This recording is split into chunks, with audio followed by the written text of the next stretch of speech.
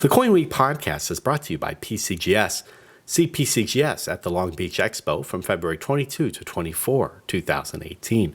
At the show, you'll also see the Miller Ashmore Superset of Morgan Dollar varieties, the Tyrant Collection, the most expensive world coin collection ever assembled by a private collector, and the Ship of Gold exhibit of SS Central America coins returns.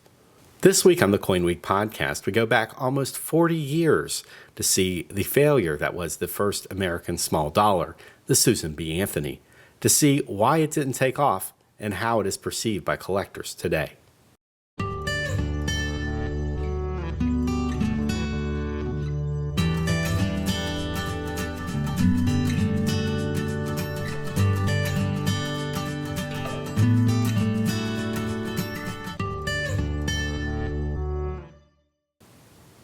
This podcast is based on an article written for CoinWeek by Joshua McMorrow Hernandez.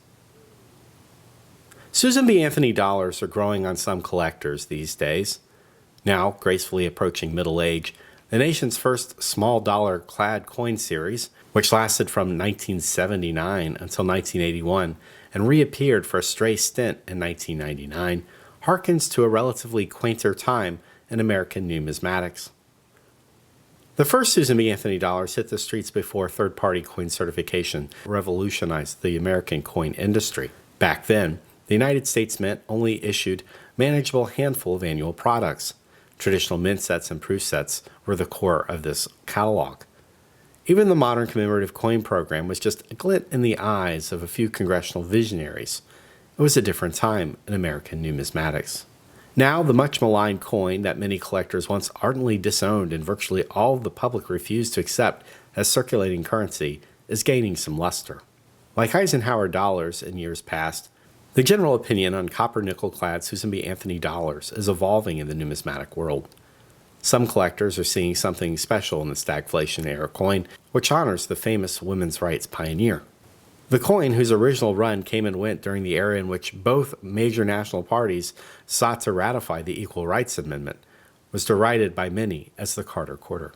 That particular tongue-in-cheek pejorative has its roots in the sustained inflation that coincided with President Jimmy Carter's single term in the White House from 1977 through 1981. That, and the fact, or so we're told, that the coin was sometimes mistakenly traded in commerce as a quarter dollar due to its similar diameter, thickness, and color, leaving some frustrated individuals 75 cents short after a cash transaction involving a new dollar coin.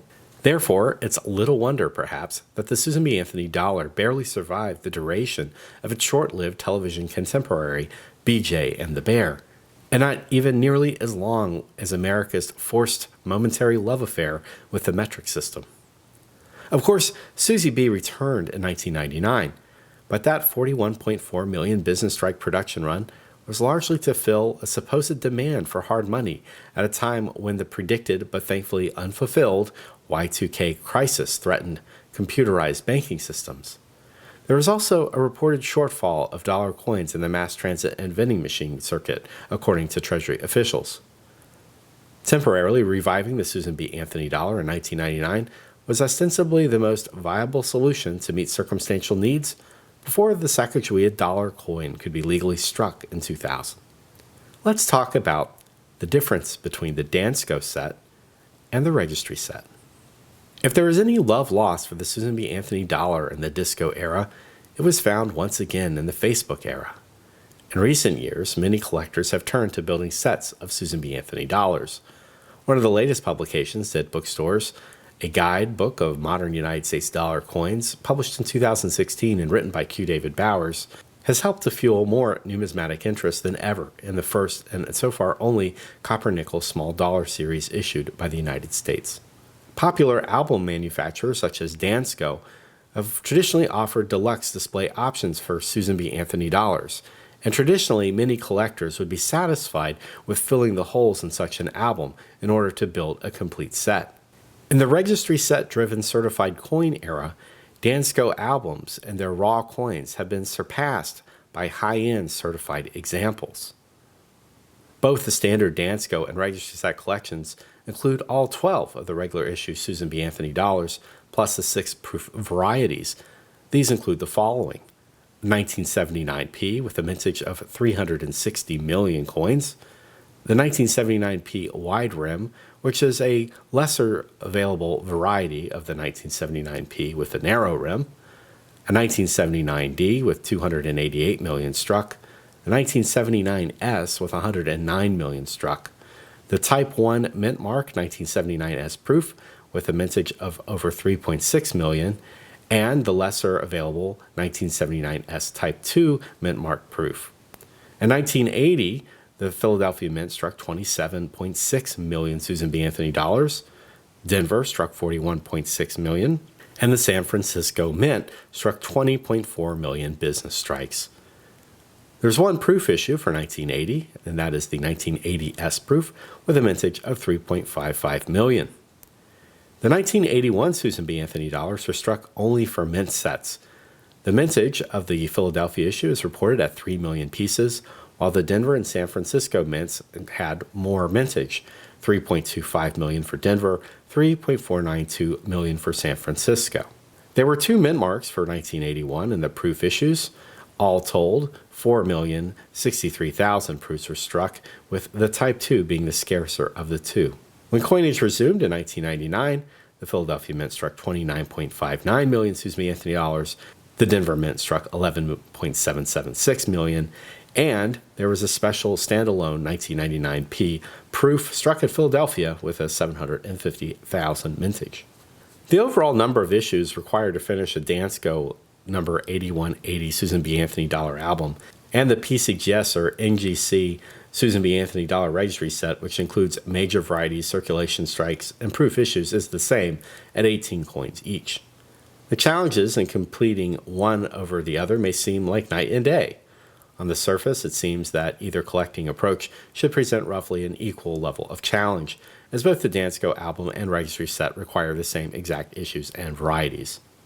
In the theory, they should, until the overarching objective of building a registry set becomes clearer. After all, the goal for most registry set collectors is to obtain the very best coins possible to achieve the highest overall average grade among all collectors registering their set for the series. PCGS ranks registry sets by awarding each set a grade point average based on the numerical grade point of each coin in the set. For example, the top-ranking registry set for Susan B. Anthony dollars, in which each of the coins are among the very highest grade presently awarded, including, in this case, the only known 1979p narrow rim dollar graded MS68. This set has a weighted GPA of 69.71, including grade bonuses for low population top-graded coins. The set, which has won awards from each year from 2012 to the present, ranks more than 0.2 of a point ahead of the second-ranking Susan B. Anthony dollar set. One does not have to use too much intellectual energy to come to the realization that in order to complete this set requires a higher level of financial commitment than simply filling an 8180 album with raw coins. To beat the top-ranking Susan B. Anthony dollar registry set, one would have to not only cobble together the highest-graded PCGS examples of all 18 Susan B. Anthonys, but they would also need to pepper the set with at least 1 or 2 top-grading dollars surviving as the only known specimens in their grade, with none ranking higher. Even with all the money in the world, accomplishing this is no easy feat. Try wrestling away a few top population sole surviving SBA dollars from a true enthusiast. Making the completion of a top-ranked registry set even more challenging is the locating a few of these top pop coins. Consider, for example, the case of the 1981S Business Strike Susan B. Anthony dollar. Unlike the 1979 and 1980 Susan B. Anthonys, which were mostly struck for circulation, all 1981 dollars were struck for numismatic purposes only, and the entire mintage of 1981 Susan B. Anthonys was slated for collector sets. En route from San Francisco to Denver for packing alongside the Denver Mint issues of the year, the 1981S dollars were banged up in transit. Making matters even more challenging for individuals who seek a nice 1981S dollar is the fact that collectors can't search through 1,000 bag quantities. While surpluses of earlier issues were made available to the public in $1,000 bags, in which collectors found many top-grading specimens, there were no 1981 dollars issued in such bag quantities. The incredible rarity of a high-grade 1981S Susan B. Anthony dollar is reflected in PCGS population figures, which indicate only 3 specimens in the top known grade of MS67. The coin is even scarce in MS66, with only 128 PCGS graded specimens. The 1981 S dollar, with only 3.492 million examples struck, boasts the third lowest mintage of the series, with the 1981 P ranking as the lowest with only 3 million pieces made. Interestingly, the 1981 P dollar isn't necessarily much easier to find in MS67, the top grade in a PCGS slab for that issue. Only 18 examples have been graded in MS67, and just 314 are known in MS66. Also ranking as scarce is the only major business strike variety, the 1979 P wide rim dollar.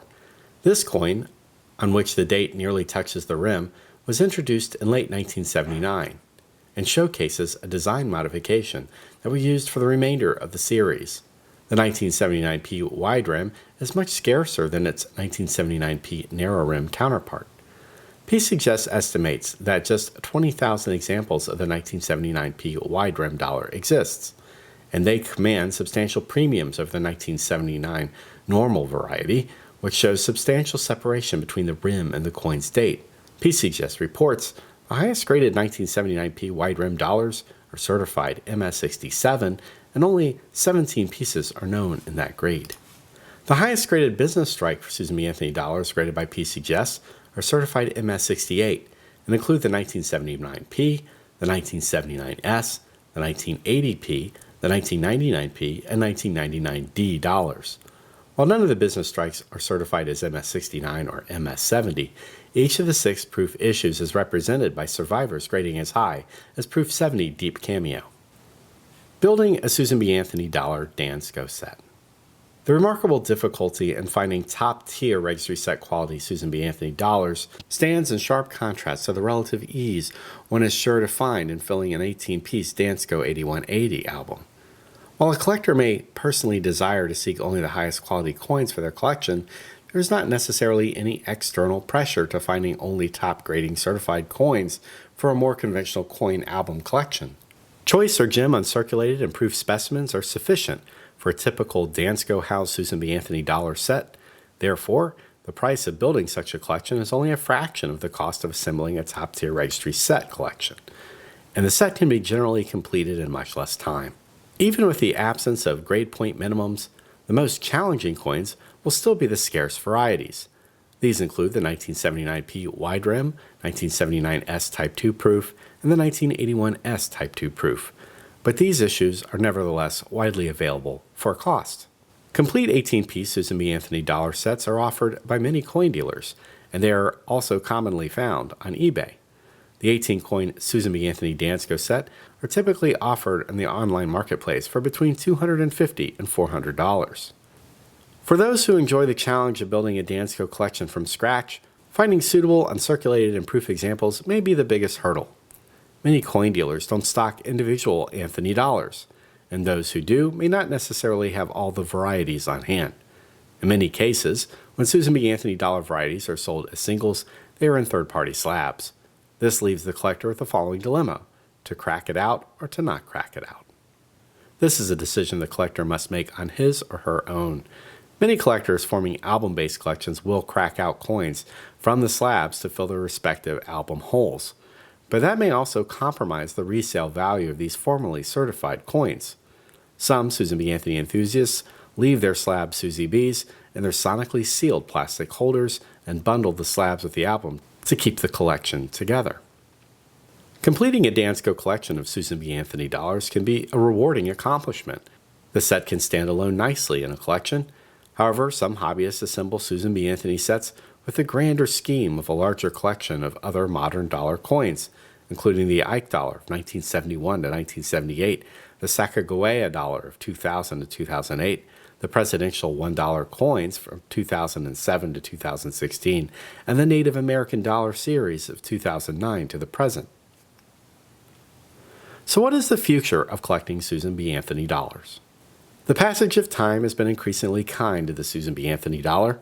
Those who remember the series' widely broadcast failure in the public arena as a circulating coin are now looking back with some sense of nostalgia. Others, who are too young to remember the Anthony dollar's plunge from grace, often view the coin less as a public nuisance and more as a novelty of sorts. For many younger collectors who remember the coin from the late 70s, 80s, or 90s, the Susan B. Anthony dollar is often seen as an unusual piece among more familiar Lincoln Memorial cents, Jefferson nickels, Roosevelt dimes, and Washington quarters. As the Anthony dollar moves beyond its decades-long stay in numismatic purgatory, it may just become the little dollar that could, if not as a circulating coin, then as a popular entry-level collectible. Collecting the short-run series encompassing only 18 coins, including proofs and major varieties, is an alluring prospect for many collectors who wish to assemble an affordable and accessible series and still get that sense of accomplishment. Collectors who take on the challenge of the Susan B. Anthony dollar in the registry set arena may find that now is the time to act, before potentially many more Susan B. Anthony enthusiasts put pressure on the truly scarce condition rarities. Low populations in the top-end grades may beckon to action opportunistic collectors who believe that there's still deals to be had on high-quality certified Susan B. Anthony material. These coins, one day, may become hotter commodities than anybody could have possibly imagined.